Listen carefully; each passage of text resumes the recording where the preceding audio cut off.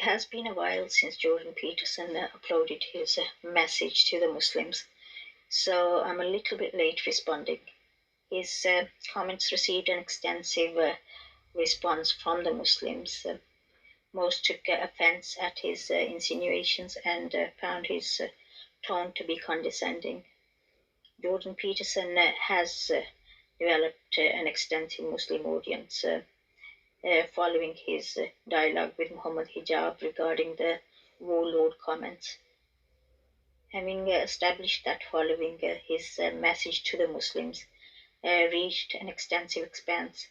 It took many by surprise, given that it was founded in sheer ignorance and was not suited to someone that appears to be in pursuit of the truth.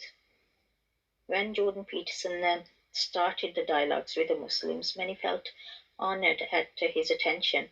Daniel Hikaju, however, was someone that saw beyond the surface and anticipated what was inevitable, and has now been confirmed by Peterson's recent remarks. Jordan Peterson's warlord comment was against our Prophet Muhammad sallallahu alaihi wasallam, so it was particularly offensive. But his recent remarks are towards ordinary Muslims, so of today, who can be fallible. But despite that, his insinuations were totally fallacious. Many Muslims can fall victim here and compromise their faith and principles in response to the criticism. If Jordan Peterson has a warped view of the Muslims, that is his problem and not ours. We need not amend our position in response. One mustn't compromise their faith in order to fit in with others and give loud impressions of harmony with the non-Muslims. Where is the harmony in rejecting yourself? There is no need to water down your religion to make it more palatable for others.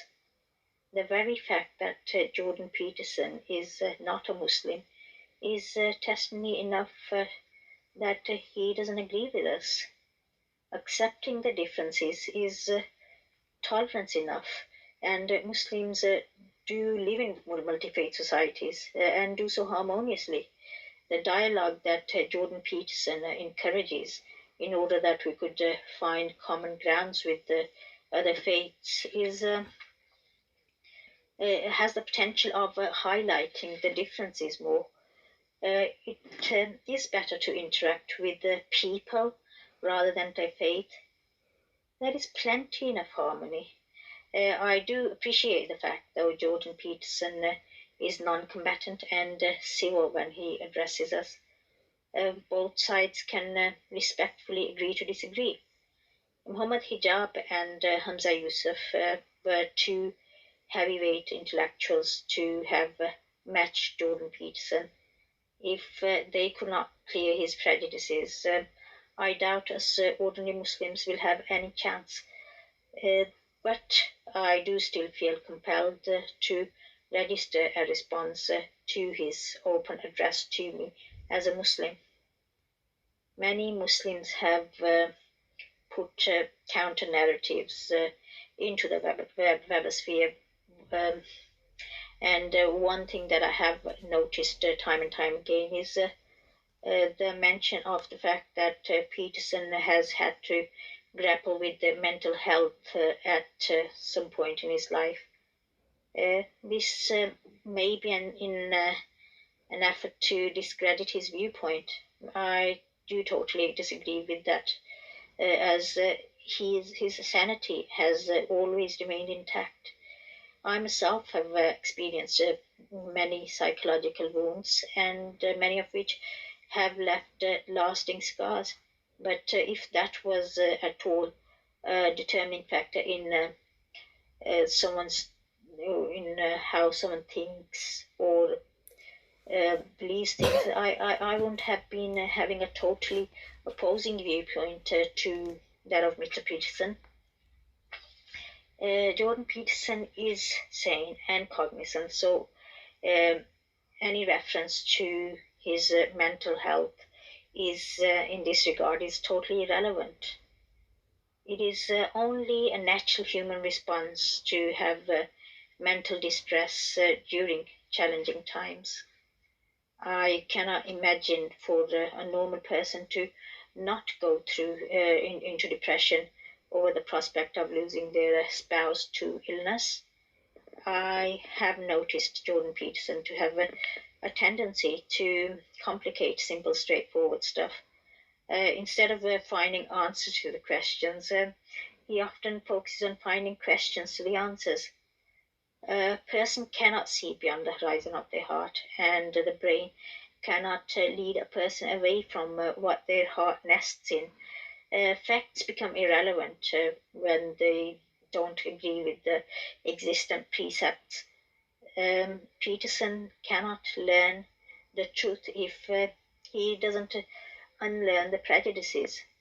People buy into Peterson's ideals not for what they are, but more for how he packages them, adorning them with the philosophical artistry and embellishing them with an abundance of vocabulary. Following are dozen points that Jordan Peterson makes in his recent message to the Muslims. 1. Muslims are fighting amongst each other. 2. There is disharmony at the social levels between Shias and Sunnis. 3. Muslims are hateful towards the Christians in their environment. 4. Muslims are hateful of common Jews. 5. Muslims are searching for the enemy in the wrong place. 6. Muslims themselves are their own enemy. 7. Muslims have fallen prey to Satan. 8. Muslims lack admirable qualities to be at all appealing in the spiritual warfare. 9. Muslims lack the maturity and decency to see the darknesses within their own hearts. 10. Muslims ignore the similarities that they have with the people of the book. 11. Muslims do not act as followers of God. 12. Muslims do not engage with non-Muslims to resolve issues. Jordan Peterson has made some recommendations for Muslims in order that they could overcome the aforementioned problems that Jordan Peterson perceives for us to be having. 1. Muslims need to reach across the differences to resolve sectarian divide. 2. Sunnis and Shias need to build bridges through communication. And 3. Muslims need to reach out to the Christians and the Jews. 4.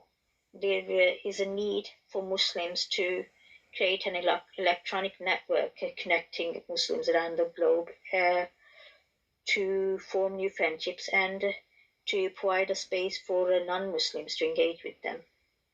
Peterson has shrouded political issues with faith. Muslims are not fighting against each other. I don't get what Peterson means here. The war between Russia and Ukraine is not seen as a conflict between Christians, but when a Muslim victimizes another Muslim, it is seen to be religiously motivated.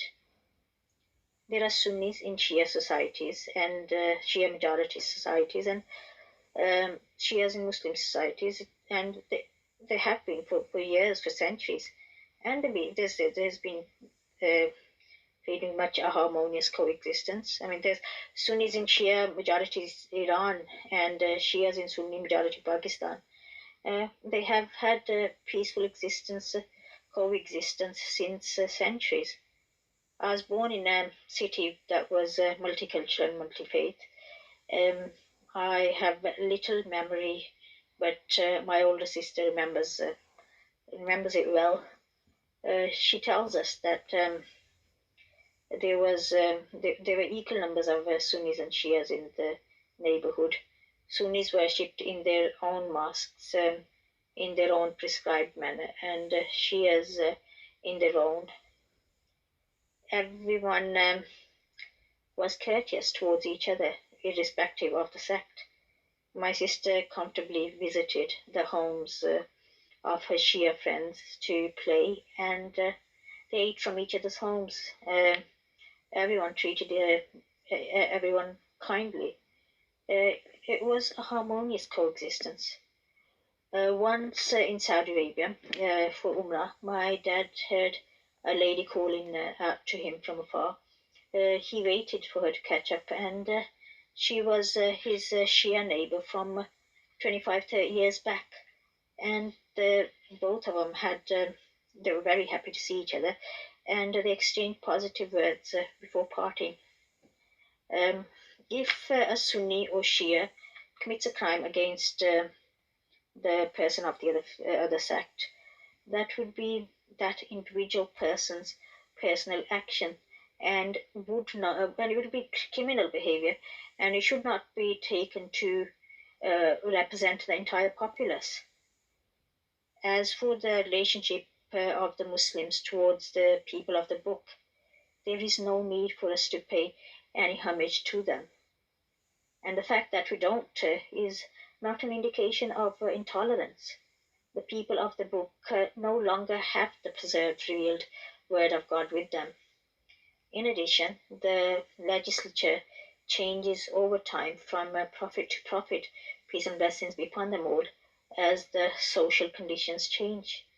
The book that is relevant to the people of today is the last book that was revealed and which remains preserved. Christians themselves accept that the Bible that they have today is heavily contaminated, and if there does remain any remnant of the truth in it, Christians are turning their back on it. For example, the eating of pigs is just as haram in Christianity as it is in Judaism and Islam. If the people of the book do not follow what remnant of truth they have in it, what are the Muslims meant to connect with them over? Christians and Jews are leading in some of the most unholiest industries, and are greatly responsible for a lot of the environmental disharmony and destruction, environmental pollution, and all. They control the global economy and are responsible for uneven distribution of resources. They're leading the trend to dysregulate families and ultimately the societies. They're invading countries and terrorizing people, destroying infrastructure, and imposing sanctions, disallowing many nations to prosper. They promote greed, nudity, promiscuity, and ungodly attitudes.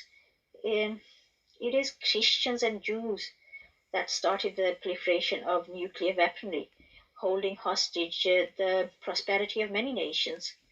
The culture and ideals that Jews and Christians promote are not in accord with the teachings of Moses and Jesus, peace and blessings be upon them. The insinuations that Peterson's made are more relevant towards the Jews and Christians than Muslims. He's blaming the victims here and expects gratitude from us for the abuse. If Muslims have a solidarity with Moses and Jesus, peace and blessings be upon them, they cannot unify with the Christians and Jews of today. That is not to say that we can't live with them peacefully, valuing and appreciating what good they do give us and doing good in return. It is the West that is normalizing violence and destruction through gaming and media and stuff like that, hardening hearts of the masses. Every person has to guard their own moral health. They should be free to move closer to Jews and Christians when it gives them moral prosperity, and free to drift away when they sense a detriment or anything. Jordan Peterson expressed that Muslims hold particular grudge towards the Jews. I'm a Muslim, and I hold immense love and respect in my heart for, say, Henry Seligman, Naomi Wimborne, Norman Finkelstein, David Weiss, Caroline Glick, and many other Jews. My son and I watch the BBC reality show called The Apprentice. It revolves around Alan Sugar, who's a Jew. We're not repulsed to switch the TV off or anything. I don't get what Jordan Peterson's means when he implies that Muslims find Jews revolting or whatever. When my son was around 7 or 8 years of age, he asked me if Jews are partially Muslims. When even a child of Muslims recognizes the similarities between some of the aspects of between the two religions, you cannot say that adult Muslims can't see that. Harvey Weinstein, or Weinstein, or whatever his name is a Jew. I presume that Jordan Peterson holds hatred and disgust in his heart towards him. Does that make Jordan Peterson anti-Semitic? Jordan Peterson's viewing things from a tunnel vision scope, and I strongly urge him to break free from the prejudice. And I was briefly wed into a Christian family. There was immense levels of abuse based on religious and racial grounds, and it was not coming from me. The interfaith dialogues that Peterson encourages requires people of different faiths to chip a bit here and bend a little there to fit together. And that totally defeats the whole purpose of religion.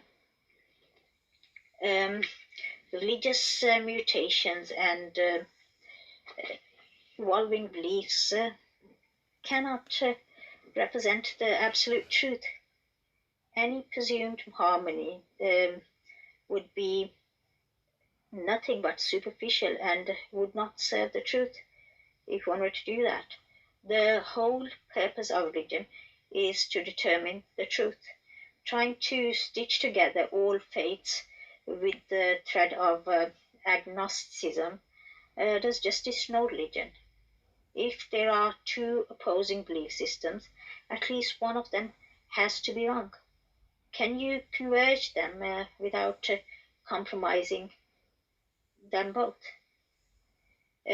When someone perceives a religion to be the absolute truth, do they even have the right, let alone the responsibility, to mute their convictions to avoid offending others? I would urge Jordan Peterson to broaden his perspective to avoid bias and prejudice. He doesn't have to agree with us, but he must respect our right to disagree with him.